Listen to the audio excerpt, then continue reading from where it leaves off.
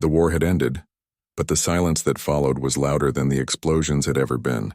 The human fleet hung in orbit around the ruined world of Dareth 9, a planet once known for its blue oceans and silver cities. Now it was a wasteland. Smoke drifted through its shattered atmosphere, and the ground below still glowed with the aftermath of orbital strikes. Commander Ethan Cole stood at the viewport of the battleship Resolute, watching the planet turn slowly beneath him. He had lost count of how many worlds he'd seen burn, but Dareth 9 was different. This was where everything had started, where humanity had first made contact with the Zareth Dominion, and where the war that nearly destroyed both species began. Most of his crew had already transferred to other assignments. The peace treaty had been signed 3 months ago, and the fleet was being dismantled piece by piece. Humanity was tired of fighting.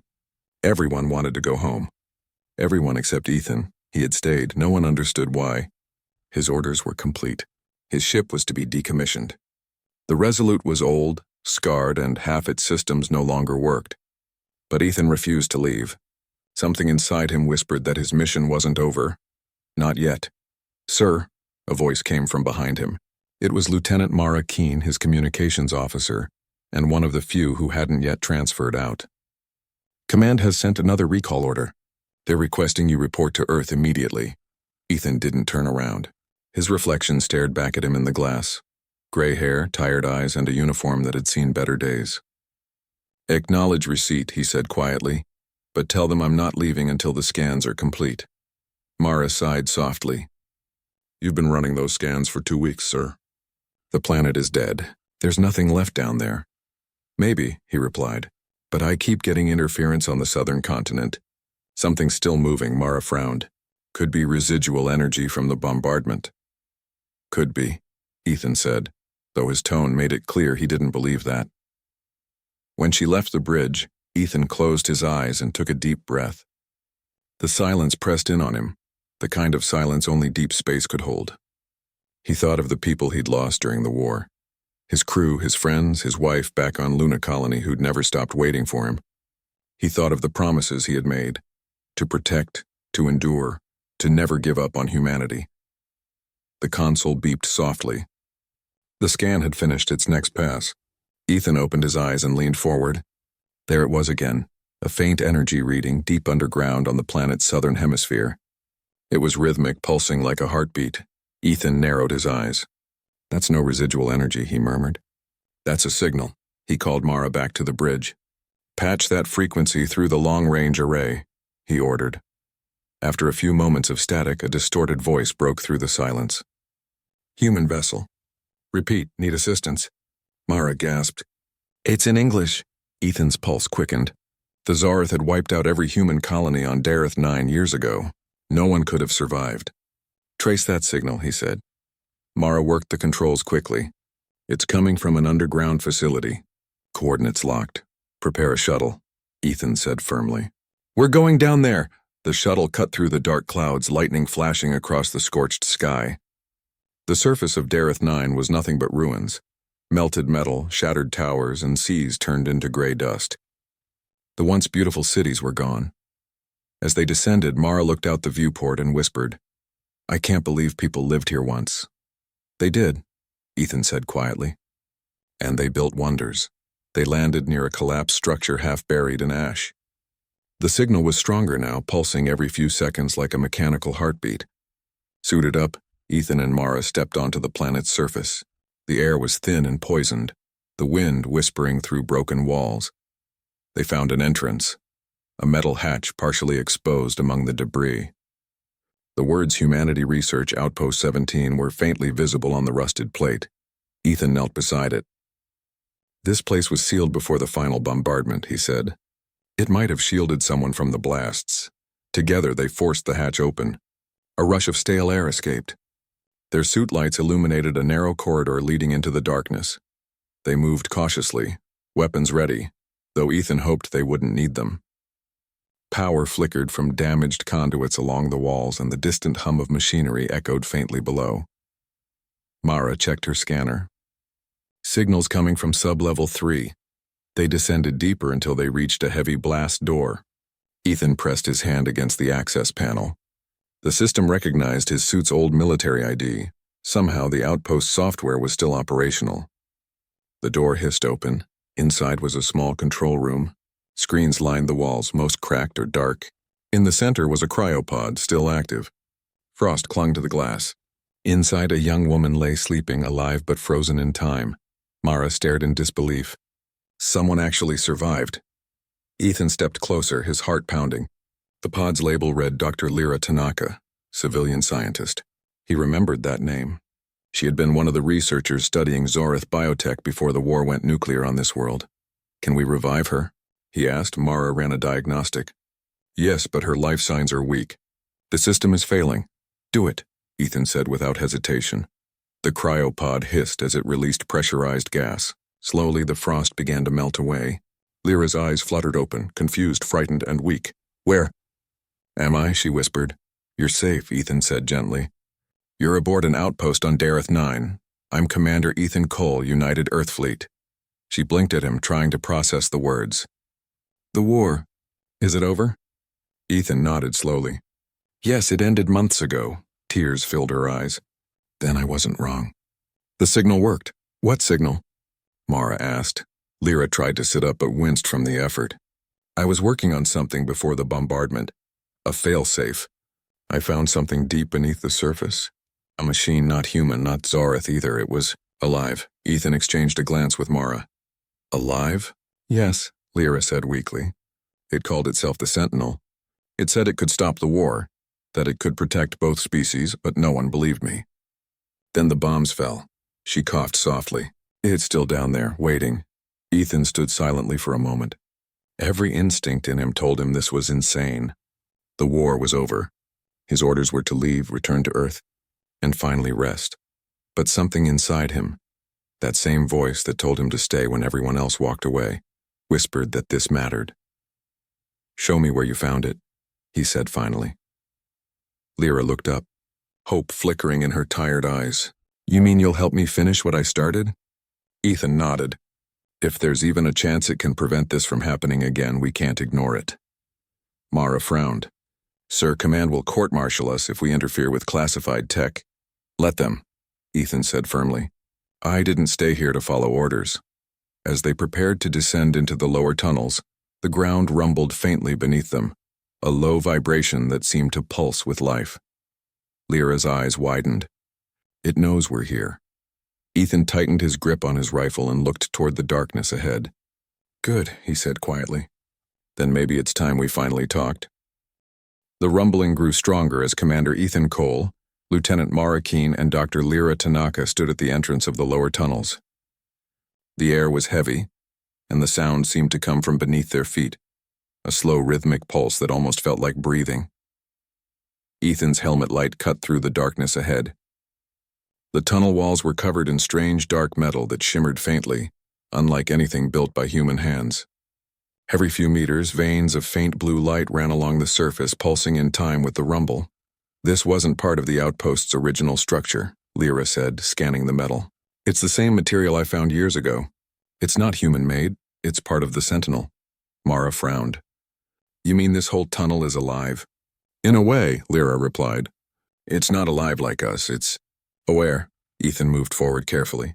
His mind told him to be cautious, to turn back, to follow orders and go home. But another part of him, the part that had stayed when everything told him to leave, urged him to go deeper. As they descended, the hum became stronger, vibrating through their suits. The tunnel widened into a massive chamber, and in the center of it stood a colossal structure that stretched upward into darkness. It looked like a fusion of machine and living metal, smooth surfaces that seemed to move slightly, shifting as if breathing. Streams of light ran up and down its surface, pulsing softly like a heartbeat. Lyra stepped closer, awe in her eyes. "That's it. The Sentinel." Ethan took a step forward, staring at the enormous shape. It radiated a strange energy, not threatening but ancient and powerful. He could feel it watching them. Then a voice echoed in the chamber, soft and deep but not coming from any one place. "Human, you have returned." Mara froze. "Did that thing just talk?" Lyra nodded slowly. "It communicates through resonance. It doesn't use sound. It uses vibrations that our suits translate into speech." Ethan took another step forward. You said we returned. You've seen humans before? Long ago, the voice replied. You came seeking power. But you were not ready. Now you come seeking peace, Ethan frowned. You're saying you know about the war. I know all that happens on this world. I felt your fire, your fear, your destruction. I slept, waiting for one who would listen. Lyra moved closer to a glowing console near the base of the Sentinel. It's responding to us just like before, she said. But I still don't know what it wants. Ethan looked at the towering structure. What are you? There was a pause, and then the voice replied, I am the last memory of those who built your kind. The words made all three of them stare in silence. What do you mean by that? Ethan asked quietly. Before you, before the Zareth, there were others. The First Makers. They built life and machines and flesh together to continue their knowledge. You are their descendants, though you do not remember them. I was created to guard what they left behind. Ethan's mind reeled. Humanity had always believed they were born from chance, evolution, struggle, survival. But this being was saying something else entirely. You're saying humans were created? Guided, not created. You were meant to grow beyond war. But you forgot. And now you repeat their mistakes. The Sentinel's lights pulsed brighter. The ground trembled slightly. Ethan steadied himself. If you've been watching, then you know the war is over. We made peace. Now peace built on fear is not peace. It will not last. The cycle will begin again. Lyra turned toward Ethan. This is what I was trying to tell Command before the bombardment. The Sentinel offered something, a way to end the cycle permanently. But no one listened. They thought I'd gone mad. Ethan looked at her. What kind of way? Lyra hesitated. It said it could merge knowledge. Combine understanding between species so neither would ever see the other as an enemy again. But it required both sides to agree, humans and Zareth. When the war started, it went silent. Until now, the Sentinel said. Mara crossed her arms. So what's it want us to do? Shake hands with the same species that tried to wipe us out? Trust is not given. It is built. You three are the last who still can. Ethan didn't answer. He just stared at the machine, thinking of the millions who had died. Could something like this really stop it from ever happening again? Or was it another weapon in disguise? Suddenly the chamber lights flickered. Lyra checked her scanner. Something's coming. A signal. It's not from us. A holographic projection appeared in the air above them. A tall reptilian figure with dark scales and burning orange eyes. It was unmistakably Zareth. Human vessel, the figure hissed. You have trespassed in a sacred zone. Withdraw immediately. Ethan's jaw tightened. We're not here to fight. We found one of your old machines, something called the Sentinel. The Zareth figure's eyes narrowed. That relic belongs to us as much as it does to you. It was the reason this war began. Do not touch it, Lyra stepped forward. You don't understand. It can stop the next war before it starts. Lies, the Zareth replied. It feeds on life. It consumes what it joins. Ethan looked at the Sentinel. Is that true? All creation consumes, Commander. But I do not destroy, I unite. I offer understanding. I offer memory. The Zareth voice grew louder. Leave now, or we will cleanse this world again. And then the transmission cut off. Mara swore under her breath. They must have traced our signal. They're coming. Ethan clenched his fists. How long until they reach orbit? Maybe a few hours, Mara said, checking her readings. If they drop plasma warheads again, this whole place will be gone. Ethan turned back to the Sentinel. You said you could unite species. Can you do it now? Only if both are willing. I cannot force harmony. It must be chosen. Ethan's voice hardened. If we're destroyed, there's no chance for peace at all. You have to protect this planet. I can shield it, but it will require energy. Life energy. Lyra shook her head. What does that mean? One must stay. One must give what I need to remain awake. Mara looked at Ethan in shock. No way. You're not doing this. Ethan didn't answer immediately.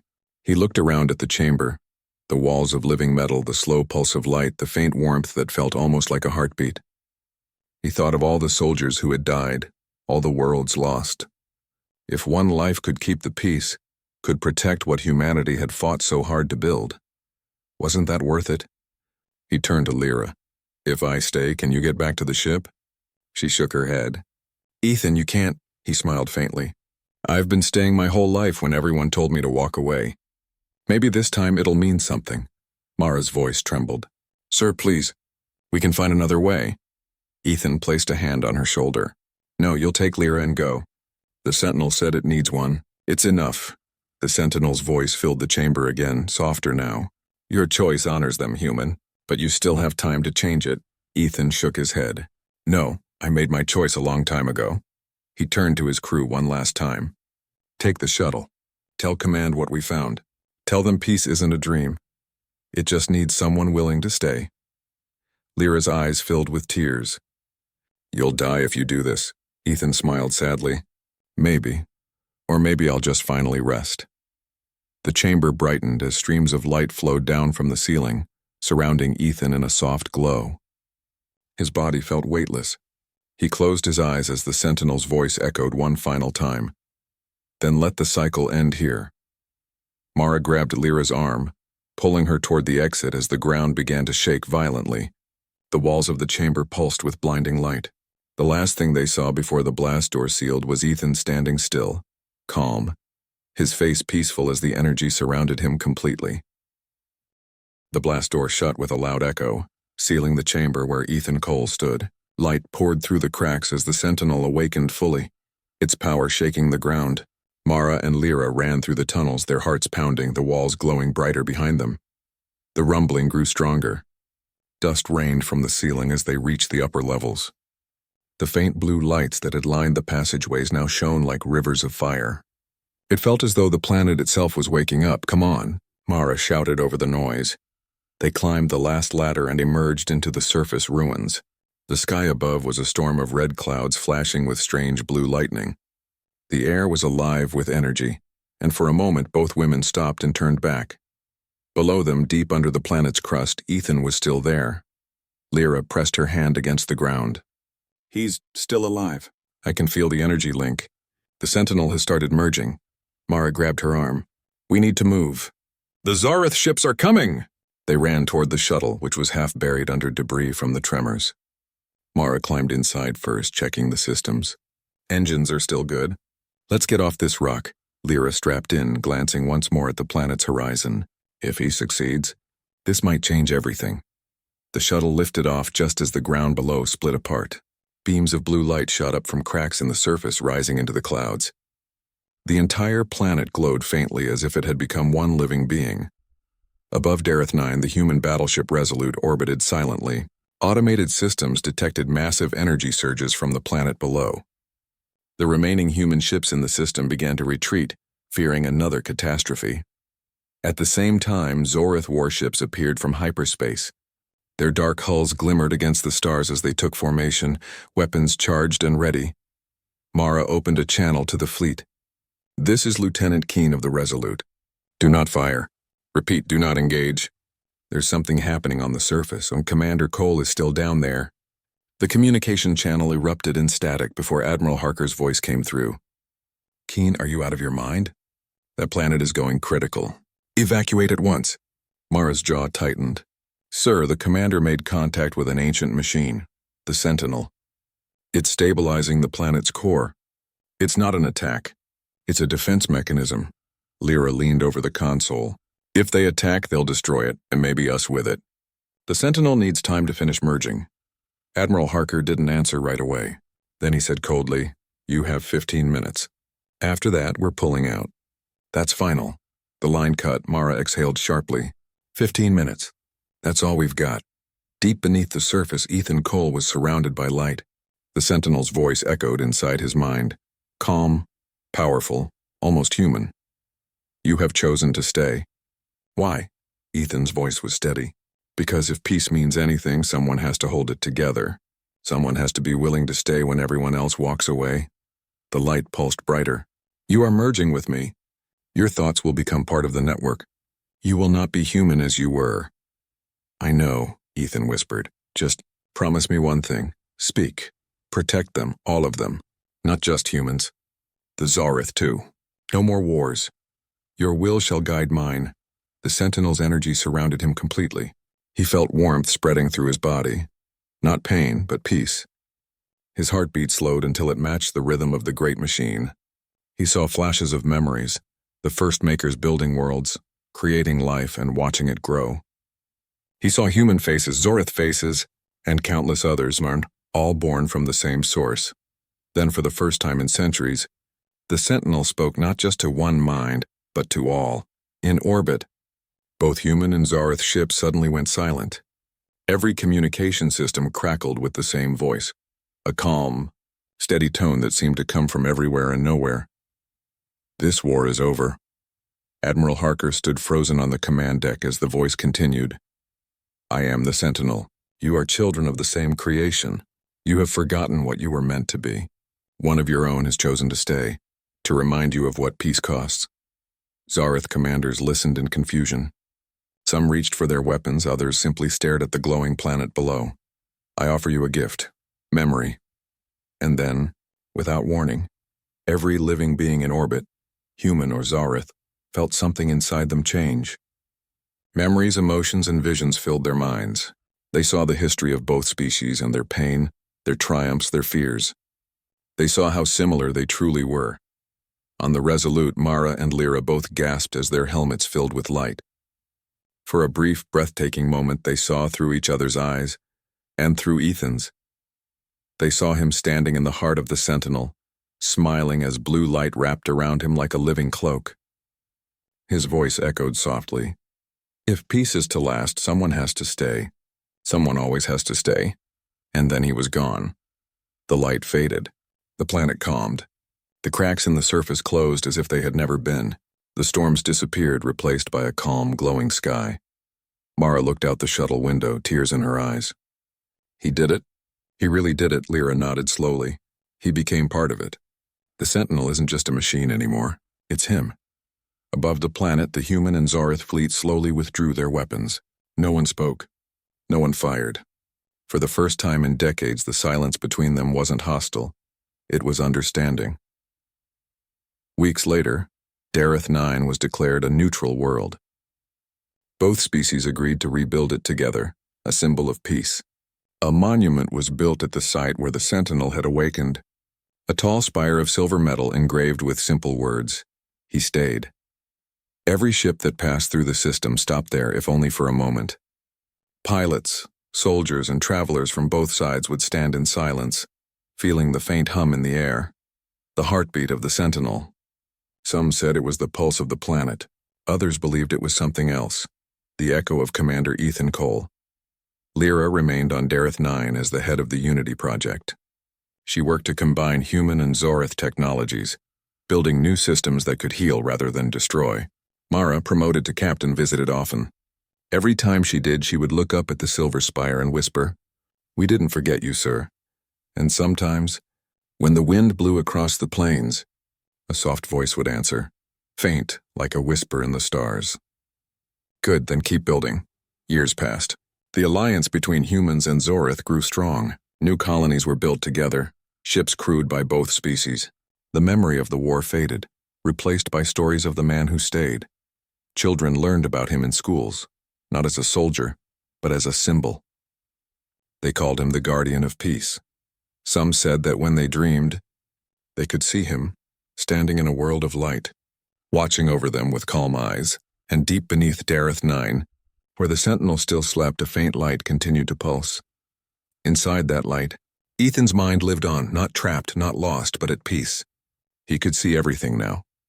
The growth of new civilizations, the laughter of children, the quiet rebuilding of what was once broken. He felt no regret, only pride. The Sentinel's voice spoke softly in his thoughts. You kept your promise. They are building again, Ethan smiled. Good, that's what humans do. No matter how many times we fall, we get back up. Will you ever rest? He looked at the stars shining above. Someday, but not yet. And so he remained, the man who stayed, the voice in the silence, the memory that refused to fade. His story became a legend, not of war, but of hope. Proof that sometimes one person's choice could change the fate of worlds. Because even when everything told him to walk away, he stayed.